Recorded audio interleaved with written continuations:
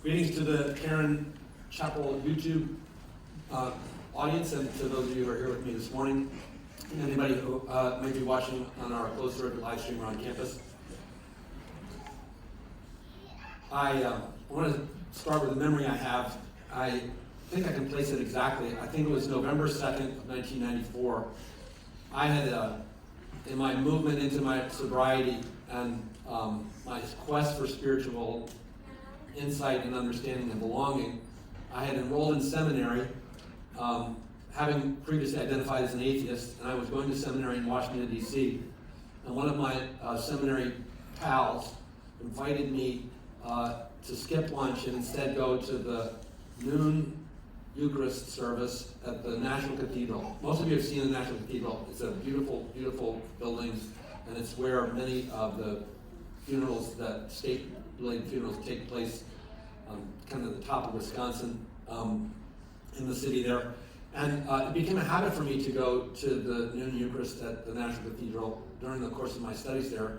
And different things happened over that first year of my seminary education. This was a thing that progressively happened. Not only did I identify as an atheist when I was first getting sober, but I really did not think of the world as infused with the sacred. And people in AA were like, oh, find a higher power. And I started looking, and I started having these experiences that were very hard for me to chalk up to mere randomness. And one of the great gifts of that for me over the last decades of my life is that now, today, I pay attention, especially in my role here, to the sacred calendars of the wisdom traditions of the world. Because Christianity has a way of overlaying the year with holidays and festivals. Judaism, similarly, Islam, Hinduism, Buddhism. Most of the sacred traditions take the movement of the planet around the sun and the way in which we experience the seasons and all that sort of stuff, and then sprinkle those experiences with holidays. And it endows the world and the calendar with meaning in a way that it never occurred to me. And so my first years of my sobriety, all of a sudden for me, worshiping in a Christian context, Advent and Christmas was this like wow thing, and then Lent and Easter was another like revelatory experience. And in November of '94, in my first year of seminary, I happened to go to the National Cathedral on November 2nd. I'm guessing probably nobody here knows what November 2nd is in the Christian year, because it's a little, it's rarely observed around. It's called All Souls Day. And there's a triple play here. On October 31st, as Walmart and everything else in our society has reminded us, we have Halloween. But Halloween, the naming of that festival is All Hallows Eve. It's the eve of All Saints Day. And then on November 1st, you have in the Christian tradition All Saints Day. And then the November 2nd is All Souls Day. It's a kind of a funny story that doesn't really work with contemporary, even Catholic theology anymore. But this goes back to about the 7th century. And in the 7th century, there were these teachings around purgatory and the notion that people had to kind of find their way to heaven through stages. And so the dead were not necessarily guaranteed to go either to heaven or hell, but there were these limbo states. And I do have a reason to connect this all to addiction, I promise. And so All Saints Day was a day of celebration of those who had indeed been received into the company of God. And this would, of course, be the named saints, Christopher and Patrick and the others that are observed at different Francis that are observed throughout the year, but also one's beloved dead who had been not been sort of put on pause. And then All Souls Day was a day of memory and hope for those who were in this purgatory sort of state. We could pray for all of our beloved dead. And then the Hallows Eve thing. There's a big crossover because in the North Atlantic, especially in the Gaelic and Celtic regions, there were more ancient festivals that viewed that particular time of year, which has an astronomical sort of association, as a time when the world of the spirit and the world of the material, the edges between those two kinds of existence fell thin. And these demonic spirits would roam the earth. And people would, maybe you don't know, it's a jack-o'-lantern is from the tradition of placing a candle on a grave. And the candle on the grave was there to protect one's loved ones from the roaming ghouls and goblins. So it's bizarre, right? So why is Jack going off on this tangent? There's a reason. The reason is, today, my topic calendar, which many of you who are regular chapel attenders know, I have a calendar of topics. And today my topic calendar pointed me towards a topic which is recovery of soul. And I happen to notice, how funny is that I'm talking about recovery of soul, which is a phrase that has meaning to me as a chaplain. Any of you had chaplain training, you would know it perhaps too. But it's very particular to my discipline. And yet here is the All Saints, All Souls Day observance coming up this week. People get lost in the debate about the soul. I am not going to go down that bunny trail. I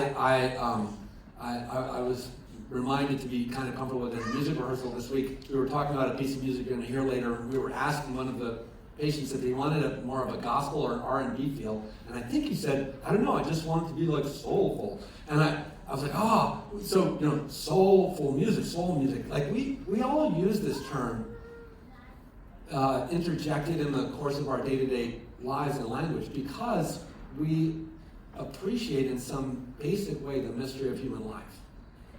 And why we come to a place called Caron in Warrensville, Pennsylvania, is because a soul, either our own or one that belongs to someone that we love, is in trouble. Their world is, if you've listened to other chapel messages, you would know I talk about the phenomenon of addiction almost as a hostile attack. And there is a lost soul category to some of our patients. I swear, I feel like I feel it so much in my bones when I sit with some of the folks who come in here. And at the beginning of their 28-day or 31-day or 60-day time with us, they are so broken and inaccessible. And then all of a sudden you pass by. I pass by them in the lounge or whatever, and I hear them laughing, and I'm like, oh my gosh, thank God I can hear them laughing.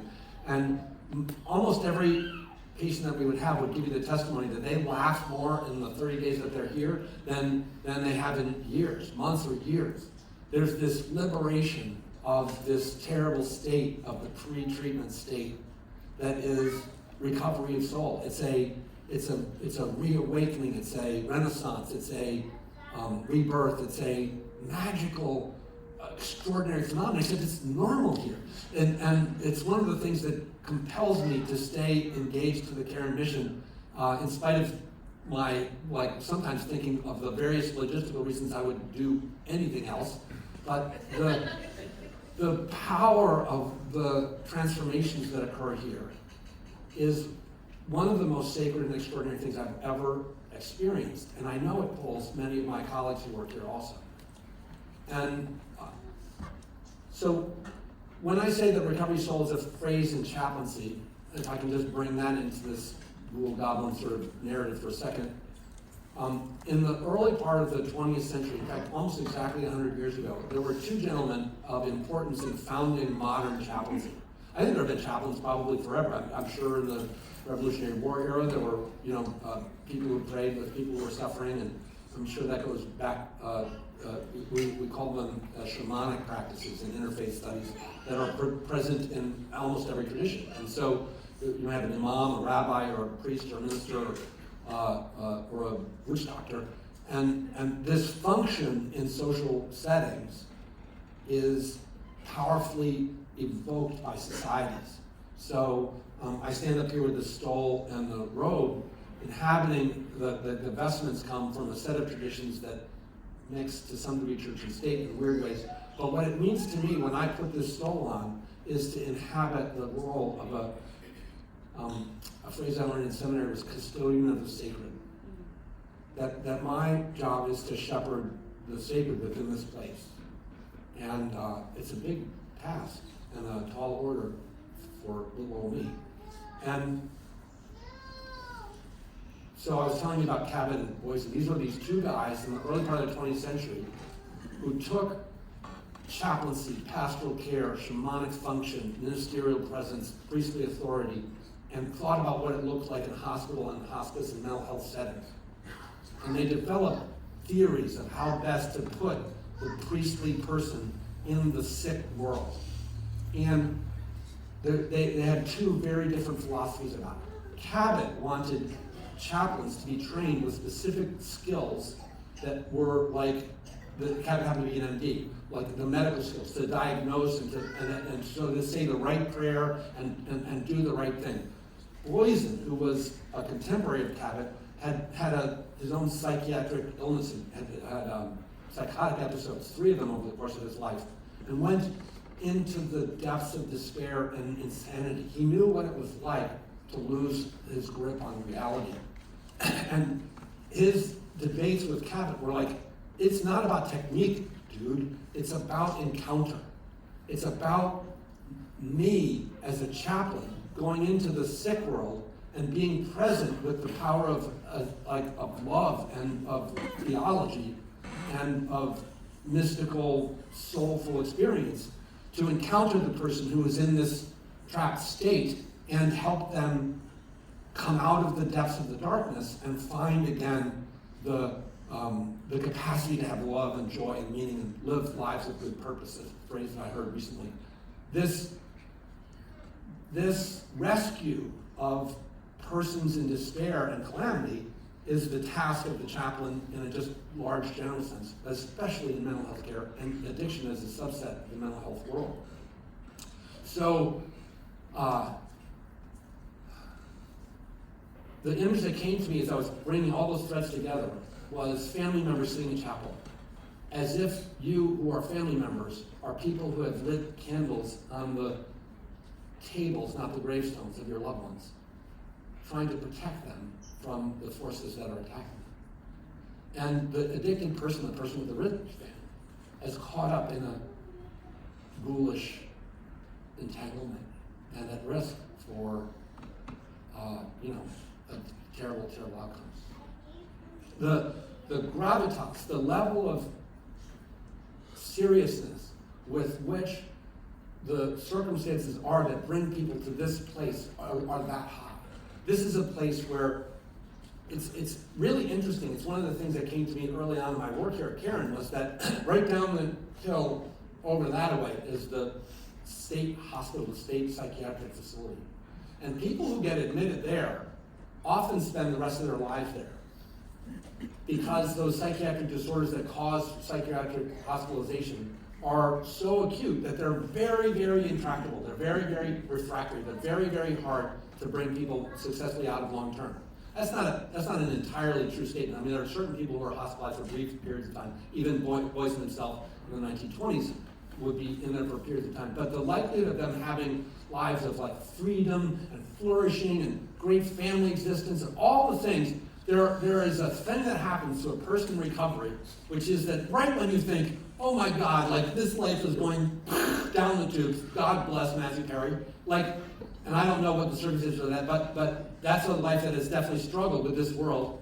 And right when we think that the next steps of this are what Narcotics Anonymous says is jails, institutions, and death, a person comes to a place called Magic Mountain, and the next thing you know, they're coming down the aisle getting a coin for 1 year, 3 months, 12 years, 15 years, 25 years. I have coins that go out to 40 years here behind me because their soul is recovered. Their soul finds its way back to the place where it belongs, which is right in the center of its life.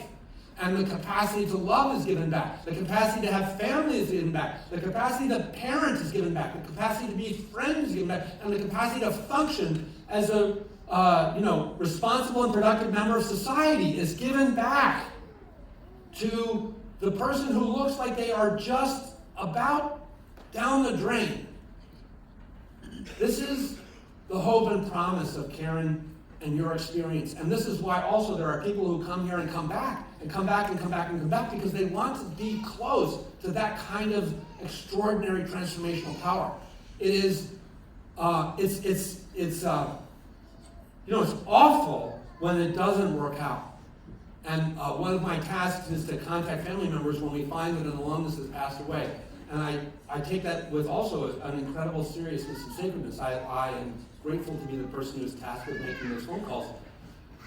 But even there, what I find from the family members I get to speak to is that they remember the Caron and post-Caron-like window where all of a sudden their loved one was, back. And they had that moment of like, oh, my Danny boy is gone, but at least for, however it was, 6 months, 9 months, a year after he was with you, we saw him laugh, smile.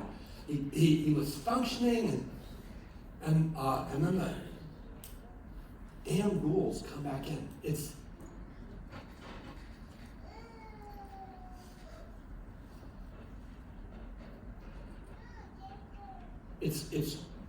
good and right, I think, for us to think about the week ahead within these Celtic and Christian traditions as meaningfully symbolic of what it is that brings people to this place. And to offer our prayers for one another and the people who are still out there lost in the dark. Because while the teachings about limbo no longer really apply in the Catholic tradition in terms of purgatory or whatever, addiction is a kind of purgatory. It's a kind of middle state. It's a not living, not dead place. And so we can bring that old cosmology or thanatology, that's like the idea of what happens in and beyond death, to the living, and to realize that our opportunity here today, and if you will lend your shoulder to the journey of a recovering person that is near you, that got you here, or you are the person who's being invited to take this journey, like throw yourself in, because you are eligible for this transformation. You can have this magic happen. And we know that. We've been measuring outcomes lately, and we have come to realize that there were narratives that were out there 20 and 30 years ago about how unlikely it was for a person with addiction to get sober that are totally incorrect. There's absolutely good reason to be hopeful. If you avail yourselves of the helps that are out there, and you stay engaged in care, and you find places where you make connection with people, and you do what it is that you learn to be able to do to stay clean and sober yourself, you can have the 1, 2, 5, 10, 15, 20, in my case 34 years of not drinking and drugging, a gift beyond my understanding. I drank every day for 17 years, and suddenly I was gifted through an experience of this kind of transformation I'm talking about to find a new freedom and a new happiness. Comprehend serenity. I'm quoting now the Alcoholics Anonymous literature. Come to know a peace that I had not known previously in my life.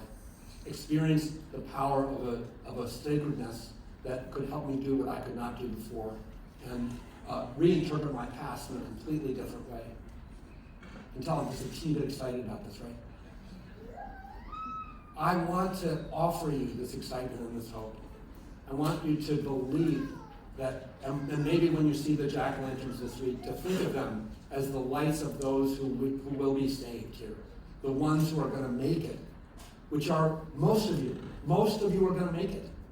Most of you are going to make it. And we will grieve with sadness the ones that we don't get to sort of continue on the journey with, but we will also take their suffering and help it empower us to stay in the game, to not only, and there's a lostness that attends family. I didn't even go down that road. I could have. I think this is a journey for one and all. And perhaps that's why it exists in these sacred traditions. So this is a time of year when darkness threatens, days are getting shorter, winter's coming, leaves are falling off the trees, but we hold on to hope.